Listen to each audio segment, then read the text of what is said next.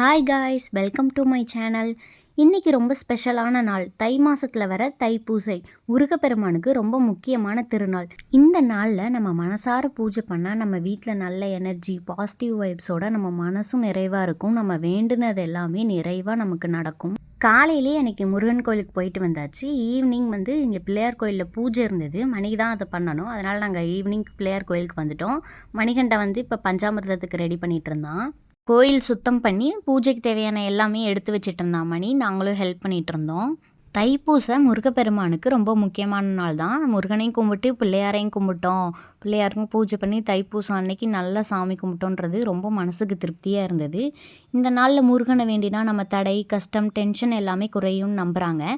நிறைய பேர் காவடி எடுத்து பால் குடம் எடுத்து வேண்டி முருகனை பார்க்க வருவாங்க. முருகன் பக்தினாலே தனி ஃபீலிங் தான். மனசில் இருக்க பாரம் குறையும். எனக்கு பர்சனலி முருகன் மேலே ரொம்ப நம்பிக்கை இருக்குது. பிள்ளையாரையும் ரொம்ப பிடிக்கும். பூஜைக்கு தேவையான விளக்கெல்லாம் எண்ணெய் ஊற்றி திரி போட்டு பொட்டு வச்சு எல்லாமே பண்ணிட்டோம். பக்கத்தில் கோயிலுக்கு வந்தவங்களும் ஹெல்ப் பண்ணிகிட்டு இருந்தாங்க. பூஜைக்கு தேவையானதெல்லாம் ரெடி பண்ணிகிட்டு இருக்கப்பவே முருகனை பற்றியும் பிள்ளையாரை பற்றியும் பேசிக்கிட்டே எல்லாம் பண்ணிகிட்டு இருந்தோம். அதனால் வேலை செஞ்சதே தெரிலங்க. அவ்வளோ ஒரு மனசு நிம்மதியாக இருந்தது. ஒவ்வொரு தைப்பூசத்துக்கும் எந்த முருகன் கோயிலுக்கு போனோம், என்ன நடந்தது அந்த வருஷம் அப்படின்னு கதை பேசிக்கிட்டே செஞ்சிட்ருந்தோம். அப்போ தான் தெரிஞ்சது கடவுள் மேலே எவ்வளோ நம்பிக்கை வச்சு எல்லோரும் பூஜை பண்ணுறாங்க, பால் குடம் எடுக்கிறாங்க, காவடி எடுக்கிறாங்க, முருகனை தேடி எவ்வளோ தூரம் எங்கேருந்து வேணாலும் போகிறாங்கன்றதெல்லாம் அப்போ தான் எனக்கு தெரிஞ்சுது. நாங்கள் வெளியில் இங்கே வேலை பார்த்தா மணிகண்டன் உள்ளே எல்லாமே பூஜைக்கு தேவையானதெல்லாம் எடுத்து வச்சுட்ருந்தான். பஞ்சாமிர்தம் ரெடி பண்ணிட்டான். பால், தயிர், இளநீ, பன்னீர், திருமஞ்சனம் பொடி எல்லாமே எடுத்து வச்சுட்ருந்தான். இந்த மகத்து வேறு அவங்க அப்பாவை விட்டு வரவே மாட்டேன்ட்டாங்க. அதனால் உள்ளேயே போயிட்டான். நாங்களும் விட்டுட்டோம். அவனும் போய் ஹெல்ப் பண்ணிகிட்டு இருந்தான் மணிக்கு. நானும் மகத்தும் இதான் ஃபஸ்ட் டைம் மணிகண்டை பூஜை பண்ணுறதை பார்க்குறோம். இதுக்கு முன்னாடி அத்தையும் மணியுமே போய் பூஜை பண்ணிட்டு வந்துடுவாங்க. நாங்கள் வீட்டில் இருப்போம். தைப்பூசன்றதுனால நாங்களும் கோயிலுக்கு வந்தாச்சு. மகத்தையும் பார்த்துக்கிட்டு மணி சாமிக்கு எண்ணெய் காப்பு போட்டு முடிச்சிட்டான். இந்த உலகத்தில் எல்லாரும் பலத்தை தேடி ஓடுறாங்க. ஆனால் பிள்ளையார் சொல்கிற பாடம் என்னன்னு தெரியுமா? பலம் முக்கியம் இல்லை, புத்தி தான் முக்கியம். யானை முகம், பெரிய உடல், ஆனால் உள்ளத்தில் ஒரு குழந்தை மனசு, அதான் விநாயகரோட அழகு. எந்த வேலை ஆரம்பிக்கிறதுக்கு முன்னாடி முதல் கடவுளாக விநாயகரை தான் கும்பிடுவாங்க. ஏன்னா தடைகள் வரும் முன்ன தடையை நீக்க தெரிஞ்சவர் அவர் தான். உலகமே நம்மளை பார்த்து சிரித்தாலும் சில நேரம் சோகம் மட்டும்தான் நம்மக்கிட்ட பேசும். அந்த நேரத்தில் கவலை இல்லாமல் அமைதியாக உட்காந்துருக்கிற அந்த பிள்ளையார் சிலை நமக்கு சொல்கிற ஒரே வார்த்தை, எல்லாமே சரியாகும், நம்பிக்கையோடு இரு. ஒரு கையில் மோதகம், இன்னொரு கையில் அபயம். இது வெறும் சின்ன மட்டும் இல்லைங்க, நம்ம வாழ்க்கைக்கான பாடம். மோதகம்னா சுபிச்சம், அபயம்னா பாதுகாப்பு. இது ரெண்டையுமே நம்ம கொடுக்குறவர் பிள்ளையார் தான். மகத்துக்கு அவங்க அப்பாவை விட்டு இருக்க முடியல. அங்கேயே தான் நிற்கிறான். அபிஷேகம் முடிகிற வரைக்கும் அங்கேயே தான் இருந்தான். அவங்க அப்பா என்ன பண்ணுறாரு, சாமிக்கு என்ன பண்ணுறாங்க அப்படின்னு உத்து உத்து பார்த்துட்டு இருந்தான். கோயிலுக்கு எல்லாருமே வந்துட்டாங்கங்க. அதனால் அபிஷேகம் பண்ணலான்னு சொல்லிட்டாங்க. அபிஷேகம் பண்ணுறதுக்கு ஆரம்பித்தாச்சு. மகத்துக்கு அந்த மணி அடிக்கிற சவுண்டு ரொம்ப பிடிச்சி போச்சு. வீட்லேயே சாமி ரூமில் எடுத்து மணி எடுத்து அவன் தான் அடிச்சிட்ருப்பான். அதை பார்த்ததுலேருந்து அங்கேயே நிற்கிறாங்க. வரவே மாட்டேன்ட்டான். நாங்களும் எவ்வளோ கூப்பிட்டு பார்த்தோம், வரல. அதுவும் இல்லாமல் இந்த பெரிய பெல் அடிக்க ஆரம்பிச்சதுலேருந்து அங்கேயே நின்றுட்டான். சரி, கோயிலில் இருக்கவங்களும் சின்ன பையன் தான் அங்கேயே நிற்கட்டும்னு சொல்லிட்டாங்க. அதனால் நாங்கள் அங்கேயே விட்டுட்டோம் அவனை. பஞ்சாமிர்த அபிஷேகம் நடக்குது. வாங்க அப்படியே சாமி கும்பிடலாம்.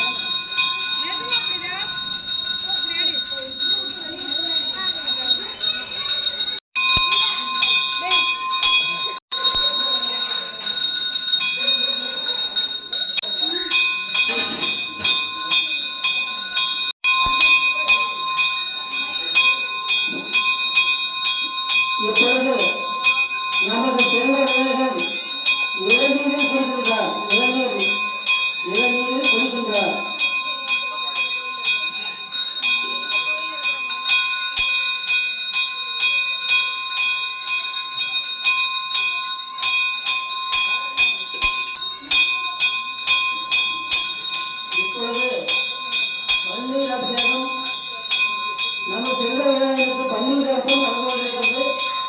அனைவரும் காண தவறாதீர்கள். விரைவில் வாங்க. இந்த நம்ம செல்வ விநாயகருக்கு அபிஷேகத்தை கண்டுபிடித்து வாங்க வேண்டும் வரம் தர வேண்டும் வரம். அபிஷேகம் முடிஞ்சு அலங்காரம் பண்ணுறதுக்கு திரை மூடிட்டாங்க. இங்கே பாருங்கள் எவ்வளோ கூட்டம் இந்த கோயிலில். நான் அன்னைக்கு தான் பார்த்தேன். இந்த மகத்து பையனை அதுக்கு மேலே சமாளிக்க முடியலங்க. அப்பா வேணும்னு அழுக ஆரம்பிச்சிட்டான். இந்த பசங்கள்லாம் விளையாடுறத பார்த்துட்டு கொஞ்சம் நேரம் அமைதியாக இருந்தான். எங்கள் கோயிலுக்கு வெளியில் ஒரு பிள்ளையாக இருந்தார். அவரை சுத்தம் பண்ணுற வேலை எங்கள் மாமியார் பார்த்துக்கிட்டாங்க. மகத்து அவங்க எங்கள் அத்தை பின்னாடியே சுற்றிட்டு இருந்தான். தண்ணி ஊற்றி கழுவி சாமியை சுத்தம் பண்ணதும் மணிகண்டை அலங்காரம் பண்ணுறதுக்கு வந்துட்டான்.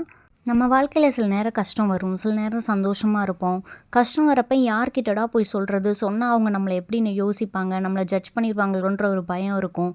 சில நேரம் நம்ம சொல்கிறத கேட்கணும், அவ்வளோதான். நமக்கு சொல்யூஷனே தேவையில்லை. அவங்க நம்ம எந்த பதிலும் சொல்ல வேணாம், நம்ம சொல்கிறத கேட்டால் மட்டும் போதும்னு இருக்கும். அப்படி இருக்க சமயத்தில் நமக்கு இருக்கிறதுக்கு இந்த கோயில் மட்டும்தான். சாமிக்கிட்ட சொன்னால் அவங்க நமக்கு எந்த பதிலும் சொல்ல போகிறதில்ல. சொல்கிறத அப்படியே அமைதியாக கேட்பாங்க. நமக்கு அந்த அமைதி தான் தேவை.